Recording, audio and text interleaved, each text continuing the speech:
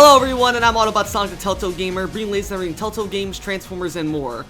Today, I have a very special video to show you all today, and that is a exclusive first review of the very first episode of Transformers EarthSpark. So, it's been about 2 to 3 weeks almost, or probably 2 weeks, since New York Comic Con 2022 ended, and I had the pleasure of going to it.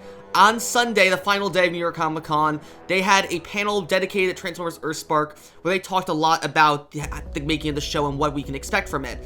At the panel, we got to talk to Ant Ward and Dale Malinowski, the executive producers of the series, who previously worked on Rise of the Teenage Ninja Turtles, as well as a few of the members of the voice cast, which included Sydney Michaela, the voice of Robbie, Zeon Broadnax, the voice of Mo, Diedrich Bader, the voice of Mandroid, and of course, Sissy Jones, the voice of Elita 1. Now, what some of you may not realize is, I'm pretty sure, though by now a lot of people may have heard about this, is the fact that we actually got to see the very first episode of Transformers EarthSpark a month early. Well, now it's about a week and a half early now, since it's I'm recording this on October 29th, and we saw this back on 3 weeks ago, almost back on October 9th. But I digress. So essentially, what this is going to be is me reviewing essentially the entirety of the first episode of Transformers EarthSpark, just like a Cyberverse review. But this time we're going to be covering the first episode of EarthSpark. However, unlike my reviews of Cyberverse, this one's going to be a little different because, first off, the episode's not officially out yet. It won't be out officially for another few weeks. So while I wasn't able to record the actual episode, though screen caps do exist of scenes that they showed off at the panel that we were allowed to record. I have the whole panel minus the actual episode screening recorded, so I'll probably be uploading that at some point in the next few days as well. So right now, we're going to go ahead and talk about the very first episode of Transformers EarthSpark, which is called Secret Legacy Part 1. And this episode was a great way to start off this new Transformers franchise, and I'm really excited to talk about it, so let's go ahead and see everything it did right and what it did wrong. Also, of course, spoilers, in case this video will contain spoilers for the first episode of EarthSpark. So if you just want to go into this show completely blind, wait until the November 11th when the first 10 episodes come out on Paramount Plus to watch this review. But in case you want to get early deets as to what the show's going to be about, let's go ahead and jump right into it. While it's been a few weeks since I've seen the first episode of EarthSpark, I do remember everything. I took notes on it the day of to make sure I remembered. So let's go ahead and go over it. So while you won't be able to see like the whole actual episode play on the background, I will be putting in pictures and small clips from trailers we've gotten over the past few months that basically show the best possible visual example of what I'm talking about in this video. So starting off with the intro, we actually don't start with the Maltos, we don't start with Optimus or any of the Autobots. We actually start out with some Decepticons. The Decepticons that in question are, of course, Swindle and a new character named Hardtop. Now, of course, Hardtop isn't a new character like one that was created just for the show, but Hardtop is someone we haven't really seen a lot in previous Transformers EarthSpark advertisements. So Hardtop and Swindle are seen heading towards this human colony, human warehouse in search of Energon. And the fun fact is, we got official confirmation that not only Swindle, but also Hardtop are both voiced by Nolan North. So, of course, if you don't remember, Nolan North previously voiced Smokescreen about 10 years ago back in Transformers Prime, and he's done a lot of other stuff in several other cartoons and other shows and games. You may recognize him most as the voice of Richtofen in the Call of Duty Zombies series. He was the voice of Cliffjumper in Transformers Fall of Cybertron, Nathan Drake in the Uncharted series, and so on. So, with Smokescreen being like one of my favorite characters in the whole Transformers franchise, I'm so happy to hear Nolan North back as in a Transformers show as Swindle and Hardtop. Now, the cool thing about Swindle and Hardtop's voice is that they're very reminiscent of Nolan North's like Rocket and August voice from Tales from the Borderlands and Guardians of the Galaxy, a Telltale series. Literally, whenever Swindle or Hardtop spoke, all I could hear was Rocket or August, and it was really cool to see. So Swindle and Hardtop break into a human container or cargo container where they see a bunch of Energon. Now, keep in mind, unlike Cyberverse and Prime, where Energon was just blue cubes, instead in EarthSpark, they're actually more pinkish rectangles, very reminiscent of how Energon cubes looked back in the G1 cartoon.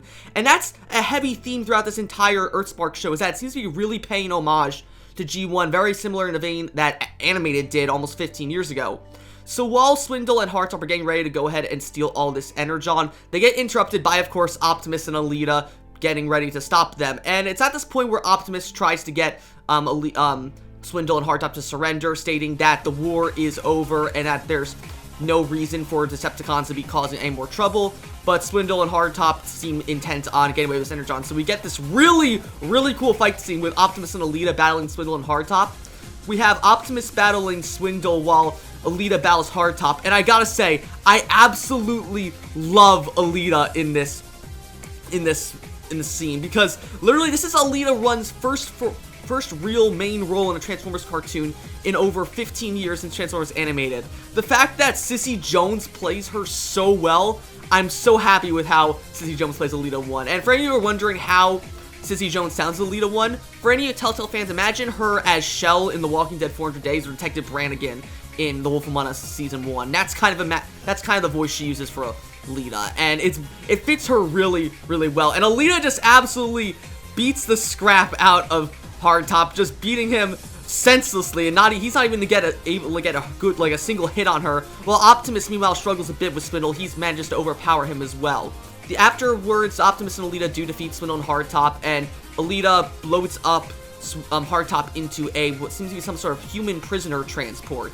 During the process, though, they're getting ready to put Swindle in as well, when a bunch of the Arachnomechs we've seen in other trailers come out and start attacking Optimus and Alita. This gives Swindle enough time to escape, but the Arachnomechs also abduct Hardtop from the prisoner transport, so they escape with Hardtop, but one of them does manage to get destroyed by Optimus, who looks over in confusion, realizing that it's not a Decepticon drone, but rather something else that they're not sure of. I gotta give a shout out again to how amazing everyone is in this scene. Of course, Nolan North does a great job as both Swindle and Hardtop. The fact that they're playing these Goonie cons and that just think that they're the hot stuff and all that. I really absolutely love Nolan North's performances as Swindle and Hardtop. Cissy Jones as Alita, playing her off as sort of this really tough second-in-command of the Autobots. Absolutely love her performance as her. And then Alan Tudyk does a great job as Optimus too. He's not trying at all to be a Peter Cullen impersonation like Jake Fushi did in Cyberverse or several other Optimus voice actors in the past that try to replicate Peter Cullen. Alan Tudyk brings his own unique take to Optimus, and I absolutely love it. It reminds me a lot, actually, of Gary Chalk's performance as Optimus all the way back in Beast Wars and the Unicron trilogy. So I'm really happy to see that. And so again, just kudos all around to all the voice actors in the scene. After that, we finally get introduced to our main human characters, Robbie and Mo Malto, who it's now nighttime in their farmhouse in the town of Witwicky, Pennsylvania. Essentially, Robbie and Mo are standing out on the roof of their farmhouse. With them, they look like they've got a bike set up with a bunch of tinfoil wrapped around it to create some sort of kite antenna dish to try and get a Wi-Fi signal, because apparently, as we learn from Robbie in a later scene, there's no real Wi-Fi in the house. And I think this is a charming way to get introduced to who are essentially, for all intents and purposes, the main characters of EarthSpark. Until, I'm sure Twitch and Thrash will become more important as the season goes on, but for the most part now, Robbie and Mo are pretty much the main characters of this show, and I really love both their personalities. Sydney Michaela, she does a great job of playing Robbie as this guy this teenage boy who's really, who feels like he can do anything he wants, but he's really in over his head a lot. And then Zion Broadnax, for only a 9-year-old voice actress, she does an incredible job of portraying a very, very mature, but also just very optimistic little girl, and she does a great job of being there to support Robbie in this crazy plan. So after they eventually do manage to get a signal on their phones, eventually Robbie's ends up being called by their father Alex, who's asking where all the tinfoil went that he was going to use to cook them.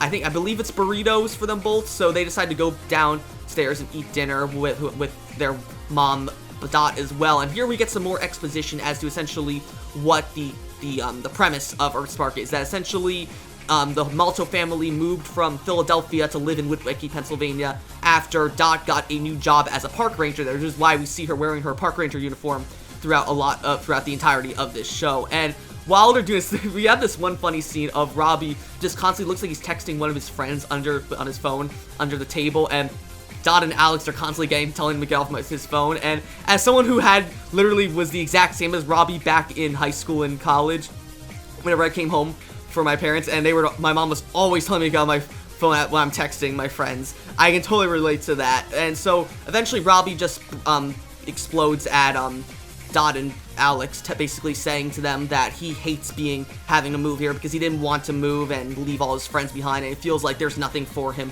here. So he angrily goes up to his room, supposedly to sulk, and Mo offers to give her leftovers to Robbie as sort of a peace offering, which Dot and Alex approve of. However, when Mo goes up there to see Robbie, she notices that he fled out the window of his room and is instead getting on his bike, planning to bike all the way back to Philadelphia, presumably to go be with his friends. And that actually leads into the 6-minute sneak peek we got all the way back at San Diego Comic-Con, where we saw Mo try to catch up to Robbie. They got attacked by the Arachnamechs and had to jump off the bridge. They had the little screaming match, the good heart-to-heart conversation, which again, Xeon Broadnax and Sidney Michaela, they do a great job of portraying both, not only Robbie and Mo in more comedic fashions, but also serious ones as well. That follows them into investigating the cave, where they go down, they find the rock, and they have this, they find presumably the EarthSpark, as I'm gonna call it. They touch it, they get there, well, we get the name of these gadgets later on in the episode. They're called Cyber Sleeves. They each get their Cyber Sleeves while the EarthSpark apparently whispers to them a single phrase called Legacy of Hope over and over again. And now we don't know what exactly this means, Legacy of Hope, but considering the name of the first 2 episodes of this series is called Secret Legacy, I'm assuming this must be some sort of maybe offshoot of the Allspark or something. So eventually, it cuts to where we ended the 6-minute preview of Robbie and Mo essentially creating Twitch and Thrash. They peek out from behind the rock at Robbie and Mo, and Mo goes to approach them, even though Robbie's shocked, warning her to be careful, and that's where the new stuff comes in. So Robbie and Mo slowly approach Twitch and Thrash, who also approach them as well. Eventually leads to Twitch heading out of the rock, coming towards Robbie, where we get that one scene from the very, very first 10-second teaser that Nickelodeon posted back in February of Twitch reaches out to touch Robbie's hand. They touch hands for a bit, and there's this really cool flash effect where they have a real connection there, and they even have even more close understanding of each other's feelings. And it's at this point then when we cut to one of the Arachnamechs that followed Robbie and Mo from down off the bridge inside the cave. It scans Twitch and Thrash and lunges at Robbie and Mo, planning to attack them, but then of course Twitch jumps in front of them, changes her hand into an arm cannon, and blasts the Arachnamech to pieces. As Robbie realizes that Twitch and Thrash are Transformers, he gets excited and begs Mo to take them back to their farmhouse, which Mo totally agrees with. What's interesting though is what happens after this scene, and where it cuts to a live feed of Mandroid actually watching everything that happened unfolded from the Arachnamech's point of view, with the connection cutting off as soon as Twitch destroyed it. We then see him, oddly enough, only with one arm, just watching it, presumably intent with what's going on, and then he looks back behind him, where we see Hardtop is strapped to an operating table, very similar to actually the breakdown back in Transformers Prime when Silas abducted him and they ripped out his eye to try and bait Bulkhead and Knockout to come save him. It reminds me a lot of that. So Hardtop's taunting Mandroid, saying how he's gonna beat him up when he breaks free, but Mandroid seems confident in the fact that there's no way that Hardtop's gonna get out, and so he summons a bunch of his Arachnamechs to actually remove Hardtop's, I believe it's his left arm, though clearly it doesn't seem that hurts Hardtop at all. Though this actually explains now how Mandroid got his Cybertronian arm. He didn't build it or something. He actually ripped it off of Hardtop and put it on himself. So as we learned from an interview with Diedrich Bader at New York Comic Con, of course I'll be posting a full panel probably sometime this weekend, if not sometime this week. Apparently Mandroid was a soldier in the Cybertronian Civil War, the Human Autobot Decepticon War, where Mandroid ended up losing his arm in the war, and that's what caused him to become jaded to Cybertronians. And it's really cool that even though this is the only bit we get of Mandroid in this episode, it'll be cool to see just how his philosophy evolves over the course of this season. We then cut back to Robbie and Mo, who have basically snuck Twitch and Thrash out into the barn of their estate, where basically they try to tell Twitch and Thrash all about being Transformers, and they're just so curious about everything. we don't hear a lot of Catherine Cavari and Zeno Robinson as Twitch and Thrash, but the fact that they're so, like, basically they're pretty much newborn Transformers, and the fact that they're so wide-eyed and curious about everything, just asking questions about everything, it's really cute and hilarious to watch just them try to figure out, like, what it means to be Transformers and all that. And while Robbie and Mo try to explain to the best of their abilities, they actually decide to give up on that and instead teach them through assigning them to read comic books overnight. So they give them these comic books that we saw several times in other scenes in other trailers. So they Robbie and Mo hand each of them a comic book that they go ahead and leave them to read for the night, and have them stay in the barn while they go to bed that night, with Dot and Alex none the wiser about what happened to them at all. The next day, though, we get some really cool stuff that happens. So it starts off with Robbie and Mo going back into the barn to check in on Twitch and Thrash in the morning, basically asking like they learned anything about Transformers, though it seems as though that with the way humans have written about the Transformers in the comics, Twitch and Thrash are just even more confused, and they try to basically just do shenanigans all over the house. Like Thrash wants to play hide and seek with Robbie and Mo, so we get this funny scene of Twitch going, or Thrash climbing up a tree to go, or they want to go play hide and seek, but then Dot comes out because she's leaving for work. So they have there's this one scene where it reminds me a lot actually of the Bumblebee movie, and it's where Dot's going to her car to leave for work, and we see Mo and Twitch are already outside, and Mo has Twitch just like duck behind this like curl up into like a fetal position to make it look like she's a rock from like a far enough distance, and it somehow works for Dot, who just passes by them without even realizing. And meanwhile, Robbie gets Thrash to hide by just hiding up in a tree, which of course the branch breaks under his weight and he crashes down afterwards. So when Twitch and when Robbie and Mo realize that basically the comics are going to do it to explain to them how to talk about Transformers, they decide to instead have Twitch and Thrash hide in a barn while they get their father, Alex, to basically recount the story of the Transformers, because as we know from the EarthSpark bios, we know that Alex is a Transformers historian, and here's where we get arguably is my favorite part of the whole episode. So, this scene starts off with Robbie and Mo sitting outside the barn with Twitch, leaving the door just a bit open so Twitch and Thrash can eavesdrop on them, asking Alex basically if he can tell them the story again of how the Transformers came to Earth and just what their whole deal with the entire human race is. And we get this amazing callback to G1, where Alex starts off the story by saying that the Transformers came to Earth on the day September 17th, 1984, which of course, for any of you who don't realize, that was the day the very first episode of the G1 cartoon actually premiered, which was More Than Meets the Eye Part 1. So that, again, that's just a really cool callback that they decided to have the Transformers come to Earth in this universe on the day the first G1 cartoon came out in the real world. So we then cut back to Cybertron, and it's very clearly G1 Cybertron. It's like a still straight out of the G1 cartoon, and it's brand new renders. It's all G1 aesthetic, but it's all like drawn to replicate style of G1. So Alex is narrating the story of the Autobots and Decepticons, basically saying how there was this great civil war on Cybertron between Optimus and the Autobots and Megatron and Decepticons. And we get to see a lot of Autobots and Decepticons that have both been confirmed and not confirmed for EarthSpark show up in their G1 designs. We see on the Autobots, we see Optimus, Alita, Bumblebee, Ironhide, Prowl, Jazz, we even see Grimlock, Wheeljack, and I believe we even see Jetfire, but I'm not too sure about that. And there are screenshots of this flashback scene that do actually exist online, so I'll be posting those in this section of the video too. And we get to see a bunch of Decepticons too. We get to see Megatron, Soundwave, Skywarp, Thundercracker, Starscream, though of course we don't know exactly how or if these characters will even show up in actual EarthSpark, just that they're using them for G1.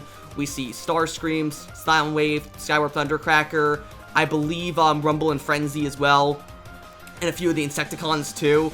So we get this funny thing where essentially we're explaining how the Autobots and Decepticons came to Earth. So it's weird. Instead of the G1 cartoon where the Autobots and Decepticons crash landed on Earth a million years ago in the Ark and Nemesis, then just hibernated for a million years until the 80s, and then just had the Ark and Nemesis scan alt modes for them all to live on, to blend in with the human race. Essentially what happened was that, very similar actually to the Bumblebee movie again, where the Megatron and Decepticons were basically driving Optimus and the rest of the Autobots off the planet, and Bumblebee had volunteered to stay behind while Optimus, Alita, and the rest of the Autobots got away to Earth on a space bridge. Eventually, though, Megatron and a bunch of Decepticons followed them to Earth, and Bumblebee also followed as well, and then that sort of brought the war to Earth, where we learn also it was here that Dot was a soldier on the Autobot side during this war. And so now it's unclear kind of when exactly the war ended and how long Dot was part of it, because to me, Dot doesn't look like any she looks like 40 at the oldest, but more likely not in her mid-late 30s. So, assuming EarthSpark takes place in the 2020s, what if we say that the war ended back in 2005, when the original G1 Transformers movie was supposed to take place? So, if the war lasted from 1984 to 2005, and let's say maybe Dot joined in when she was around 20 to 22, towards the tail end of the war, and we'll say in around 2003, 2004. I think it rounds up. So eventually, it ended, Alex basically, and we get to hear, like, a lot of cool stuff, funny stuff, where Alex is essentially dubbing over, like, pretending to voice Bumblebee and Megatron Optimus.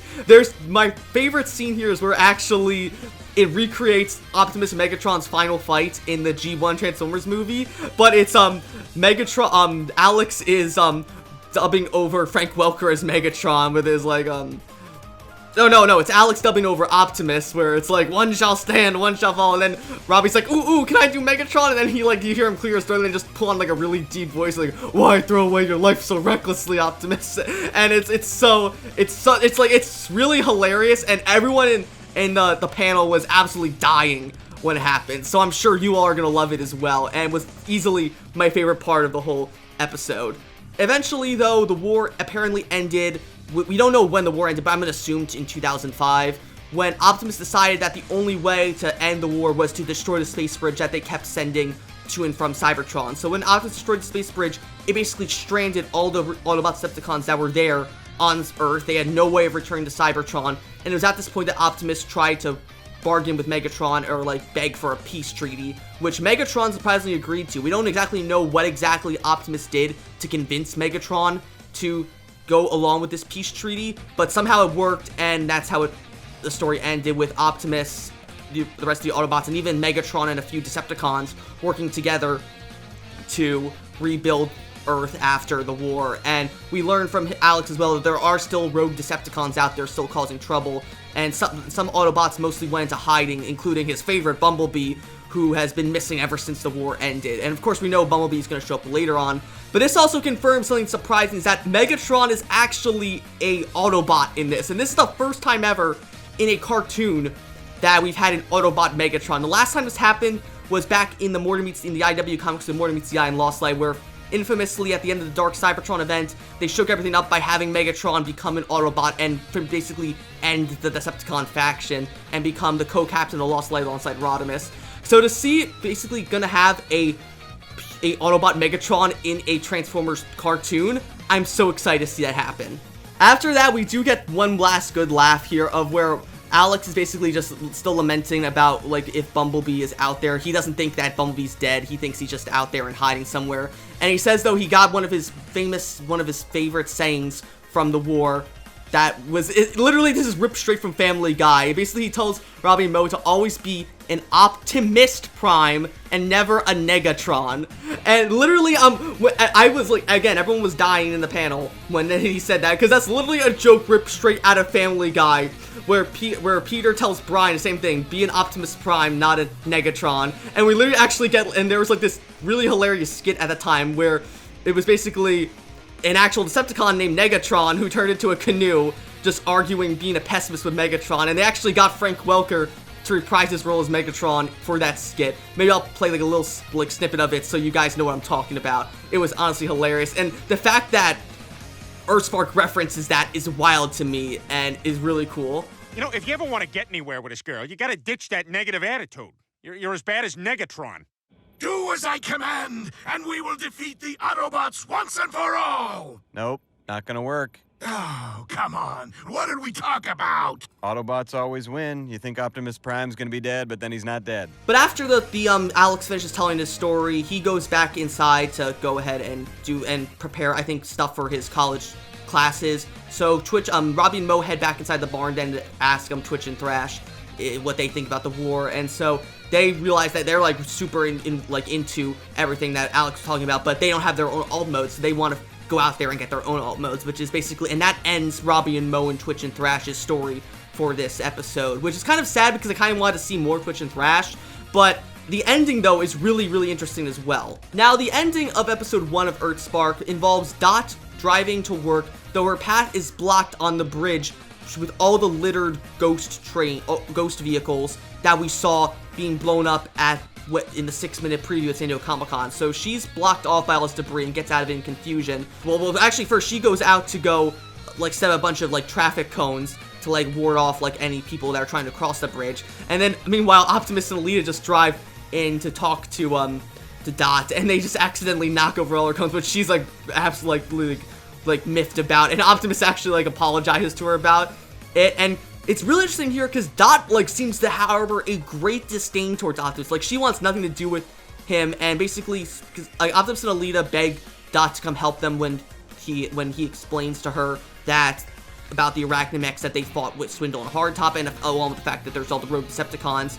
However, Dot says that she doesn't want any part in the Autobot war anymore. She left the army so that she could start a family. She doesn't want to drag Alex, Robbie, or Mo into the war. However, it's at this point, though, that Optimus and Alita revealed to Dot the only reason she got this job as a park ranger in Witwicky was because Ghost wanted her to be positioned here to act as a sleeper agent or a secret agent, or undercover, I should say, to help track these rogue Decepticons. So Dot's obviously annoyed that she was basically lied to for getting this job.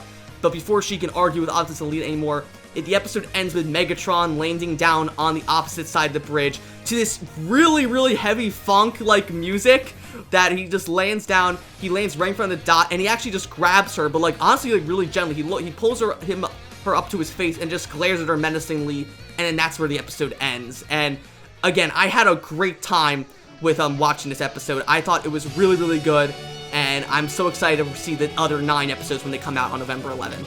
Now, before any of you are wondering, in case, oh, like, what happened to Megatron then, or, like, what's gonna happen to Dot that he grabbed her, we actually kind of unfortunately already know how this scene plays out, because it was spoiled in the New York Comic-Con trailer that was shown at the panel as well, but also got shown, uploaded officially to Transformers YouTube channel. So, essentially, as we see in that trailer, Megatron just is actually really good friends with Dot, with Dot basically saying, like, talking to Megatron how he always knows to make an entrance, and they basically, like, have this sort of camaraderie between them where Megatron's laughing, and they have this, like, some sort of, like, catchphrase to say where Megatron says terror in the skies, and, Dot says honor in the streets, and I don't know, like, it's so weird to see that, like, Dot and Megatron have sort of almost, like, this, like, I want to say it arguably reminds me a lot of, like, exes on good terms. It reminds me of that they're, like, best friends, or even exes, that they're just stayed as, like, really good friends. And it's really weird, but also really cool to see this side of Megatron actually being like, someone who really enjoys other humans' company. He actually is a good guy. Like, while Megatron in the IW comics, even when he was Autobot, he was still pretty mopey and very similar in personality to his usual Decepticon self. The fact that this Megatron seems so different, that actually seems happy and all that, and is so willing to work with Optimus and everyone else. Like, we even have, in one of the trailers, Megatron just straight up gives Optimus little finger bunnies when he's posing for a picture with him. Is this Megatron, the same Megatron that does, like, genocide and stuff? I really hope this isn't, like, some sort of play or, like, trick that Megatron's just wanting to get the Autobots and humans into a false sense of security, because I really like this side of Megatron. I want to see him actually be like a true good guy for once. But I'm really excited to see, though, again, where this goes with everything. And so that was my review of Transformers EarthSpark Season 1, Episode 1, Secret Legacy Part 1. If I had to rate this episode, I'd probably give it a 9.5 out of 10. Arguably, if this episode sets up everyone perfectly well, we get a great introduction to Mandroid and basically see how he got a Cybertronian arm with it ripping off the hardtop. We got a great introduction to Optimus and Alita with an incredible fight scene, especially with Alita versus Hardtop. We get a really heartfelt introduction with Robbie and Mo and how Robbie's life feels upended by Dot and Alex moving to Witwicky with them. Twitch and Thrash always seem like really cool characters. That's my con, though. That's why I took a half point off, because I really want to see more of them. And Catherine Kovari and Zeno Robinson did such a great job as Twitch and Thrash, but I don't feel like we got enough of them. I want to see more. I understand that Robbie and Mo are kind of the main characters. They got to set them up, because they essentially gave birth to Twitch and Thrash, in lack of better terms.